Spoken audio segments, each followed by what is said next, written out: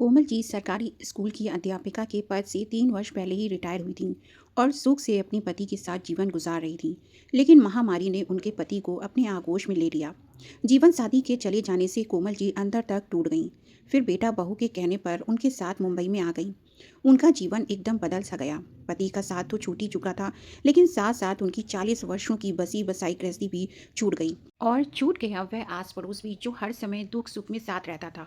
महानगर में पार्क के बेंच पर चुपचाप उदास भाव से बैठी कोमल जी विचारों में खो सी गई थी। सुबह का समय था, कुछ लोग सैर करने आए थे, तो कुछ योगा कर रहे थे, तो कहीं कुछ बुजुर्ग बैठे हुए अपना जमाना याद कर रहे थे। लेकिन कोमल जी अपनी ही दुनिया में विचर रही थीं। तभी अचानक एक आवाज़ ने उनकी तंद्रा भंग की। मुस्कुराते रहिए, जिंदगी बहुत खूबसूरत है। कोमल जी ने देखा कि लगभग 65 से 70 वर्ष के एक बुजुर्ग आदमी पास वाली बेंच पर बैठते हुए उनकी ओर देखकर मुस्कुरा रहे थे। ना चाहते हुए भी कोमल जी बदले में मुस्कुराने लगीं। इस अनजान शहर में पहली बार किसी ने उनसे बात की थी।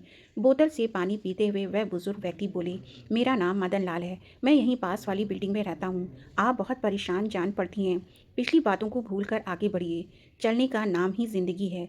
ऐसा कहते हुए वह बुजुर्ग व्यक्ति फिर सैर करने चले गए। और कोमल जी उनके जाने के बाद मन ही मन बोली, जिनकी ज़िंदगी में दुख ही ना हो, उन्हें तो ज़िंदगी खूबसूरत ही लगेगी ना। ज्ञान तो सब देते हैं, लेकिन हमारे साथ क्या बीत रही है, ये तो हम ही जाने। कोमल जी हर रोज़ पार्क आने लगी और लगभग हर रोज़ ही मदन लाल जी से नमस्ते राम राम हो जाती। एक दिन मदन लाल जी ने पूछा कि क्या आप कहीं बाहर से आई हैं? तो कोमल जी बोली, दरअसल पहले मैं कानपुर में रहती थी, बेटा बहू नौकरी करते हैं ना, लेकिन महामारी के कारण मेरे पोते के स्कूल बंद हैं, इसलिए उसकी देखभाल के लिए बेटा बहू मुझे यहाँ ले आए। पति के देहांत के बाद मैं कानपुर में बिल्कुल अकेली हो गई थी। मेरी बेटी का ससुराल भी यहाँ मुंबई में ही है। कभी कभार बेटी से भी मिलना हो जाएगा, यह सोचकर यहाँ चली आई। फिर मदन लाल जी बोले, मुंबई शहर में आपका स्वागत है। चलिए आपको दूसरे हम उम्र लोगों से भी मिलाता हूँ।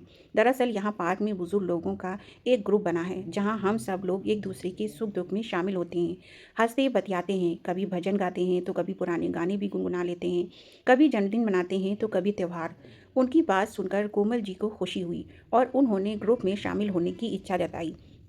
तो मदन लाल जी ने उन्हें ग्रुप के अन्य सदस्यों से मिलाया और उस ग्रुप में शामिल कर लिया। उस ग्रुप के अधिकतर लोग अपना जीवन साथी खो चुके थे। किसी को कोई बीमारी थी तो किसी को कोई।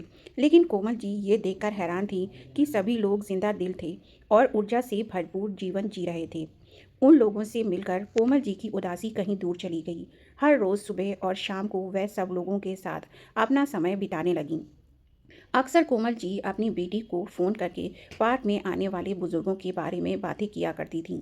माँ के हम उम्र लोगों के साथ मेल